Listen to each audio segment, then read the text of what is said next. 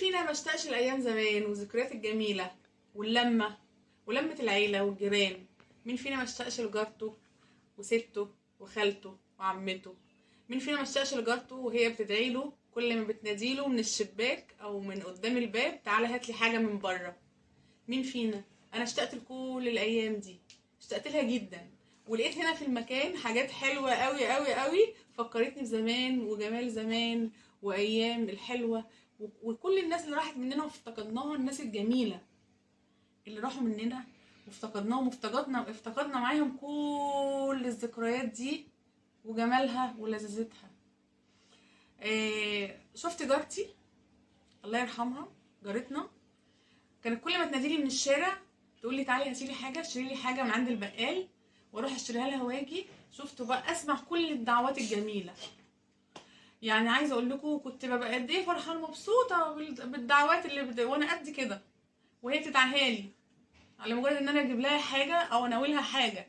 كانت عايشه لوحدها على فكره، كان ولادها بس، كان معاها 2 ولاد، وكان واحد في الجامعه وكان قاعد في المنصوره بعيد عنها، وكان واحد تاني كان في الجيش قعد فتره طويله كانوا بيقعدوا يعني فترات اطول من كده، تقريبا 3 سنين.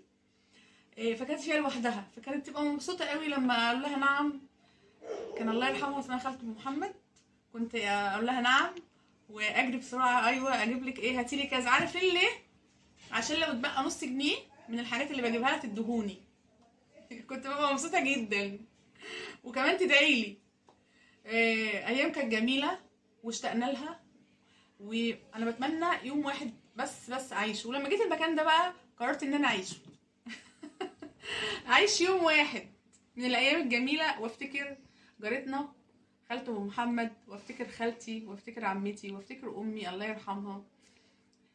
الله يرحمها كانت بتلمنا حواليها واحنا صغيرين وتولع الوابور. كان عندنا بوتاجاز على فكره، والله كان عندنا بوتاجاز. بس دي كانت بتلمنا حواليها وتولع الوابور، كان مزاج ايام المطر. الدنيا كانت بتمطر وهي تولع الوابور وتحط تقعد تقلي السمك بالذات على الوابور، وتحطي الطاسه وتقلي السمك، وتكون عامله الرز الصياديه او الرز الاحمر، واحنا كنا بنحب الرز الاحمر، هي كمان كانت بتحبه جدا الله يرحمها، وتلمنا حواليها ونقعد ناكل. الاكله دي كانت بتبقى مش عايزه اقول لكم. ولا المحشي بقى على الوابور، بصوا حكايه حكايه يا جماعه. الوابور رجعني لكل الحاجات الجميله اللي كنت بعيشها، يعني شفت منها جزء، كنت بسمع عنها كتير قوي من حكايات خالته محمد جارتنا عشان تبقوا عارفين الله يرحمها برضو. شفت هنا الوابور اتمنيت ان انا اولعه واقعد اعمل طبخه عليه لولادي. اشمعنى انا عايزه اعمل طبخه لولادي واحسسهم بجمالها ولذاذه طعمها وريحتها، وروايح زمان الجميله في الطبخه اللي بطبخها لولادي. حسيت فعلا ان انا عايزه اعمل كده. وشفت الكلوب لما كان النور بيقطع ايام المطر كان لازم النور يقطع، كان لازم كنا يولعوا الكلوب ويحطوه قدامنا على الطبليه واحنا قاعدين بنذاكر، وكنا بنتلم برضو كلنا ومعانا برضو جارتنا خالته ام محمد عشان تبقوا عارفين، ما كانتش بتسيبنا خالص لان كانت عايشه لوحدها زي ما قلت لكم، وكانوا ولادها ولاد. كان عندها بنت واحده كانت متجوزه وقاعده برضو بعيد عنها، كانت بتعتبرنا ولادها، ونولع الكلوب ويولعوا لنا زي ما قلت لكم، ونقعد بقى ونتلم كلنا. لو في حاجه حلوه بيعملوها لنا، في حاجه حلوه بيدوها لنا ناكلها، نلعب كوتشينه لو خلصنا المذاكره بتاعتنا. تمام. اياميها بقى ما كانش فيه دفايه طبعا، انا بصراحه ما كانش عندنا دفايه. كانوا اياميها بيولعوا عشان نتدفى بقى، كانوا بيولعوا الولعه اللي هو الخشب والحاجات دي يولعوها ويحطوها بقى عشان نتدفى بيها حوالينا كده. الله على جمالها، والله على الايام الجميله والايام الحلوه وحلاوتها. والسبرتايه محطوطه قدامنا، وكانت برضو خالته ام محمد اللي كانت بتحطها قدامها، كان مزاج عندها تعمل فنجان القهوه وهي قاعده على السبرتايه. الله على جمال الايام يا جماعه الجميله. الله. مين فينا ما اشتاقش لجارته وسته وخالته وعمته؟ مين فينا ما اشتاقش لدعوه حلوه من كل الناس اللي راحوا مننا وافتقدناهم؟ كلنا اشتقنا لكل الحاجات الحلوه ديت. انا لقيت جزء منه هنا في المكان ده، الكنكه بتاعت القهوه. مين بقى فينا كان بيكوي بالمكوه دي؟ مين فينا شافها؟ انا شفتها على فكره، شفتها بس شفتها مش بيستعملوها الحقيقه يعني. شفتها كده كانت موجوده في كل بيت قديمه بقى ومركونه، لان كانوا بيستعملوا المكاوي الكهرباء، كانت طلعت يعني وكانوا بيستعملوها. كانوا بيحطوها على الوابور كده تسخن سخونيه ويدوها حراره معينه بنسبه معينه يعني للحاجه اللي هيكوا بيها، ويحطوا مثلا البلوزه او البنطلون او على الترابيزه ويكوا بيها وتبرد ويسخنوها تاني على الوابور. يعني عايزه اقول لكم احنا كنا في عز، احنا مش دلوقتي في عز، احنا كنا الاول في عز. كان زمان وايام زمان وبركه زمان كانت مخلينا عايشين يا جماعه في عز بجد. عايزه اقول لكم دي سبرتايه، بس سبرتايه حربيه كانوا بيستعملوها ايام الدكاتره كانت بتستعملها في العيادات وفي المستشفيات زمان برضو. كانوا بيسخنوا عليها الابر وبيسخنوا عليها الحقن، ولا كانت الحقن كان الاول الحقنه مش زي دلوقتي. السرنجه السرنجه كانت حديد، ما كانتش زي دلوقتي البلاستيك نستعملها مره ونرميها. كانت حديد، كانوا بيغلوها، لازم يغلوها كل مره، يدوا الابره بيها لحد، كانوا يغلوها المره التانية بيها عشان لازم تتعقم عشان يستعملوها لحد تاني.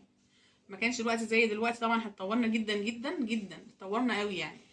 اشتقت قوي قوي قوي لزمان وايام زمان وجمال زمان، ولما جيت هنا شفت كل الحاجات الحلوه دي رجعتني ورا خالص. كان نفسي قوي قوي في يوم واحد بس اعيشه واحس كده ان انا دفيانه في حضن كل الناس اللي راحوا وفي حضن الزمن الحلو الجميل، واشتقت لهم جدا جدا. الله يرحمهم كلهم وان شاء الله ان شاء الله ان شاء الله يبقوا كلهم في الجنه ونعمه باذن الله يا رب.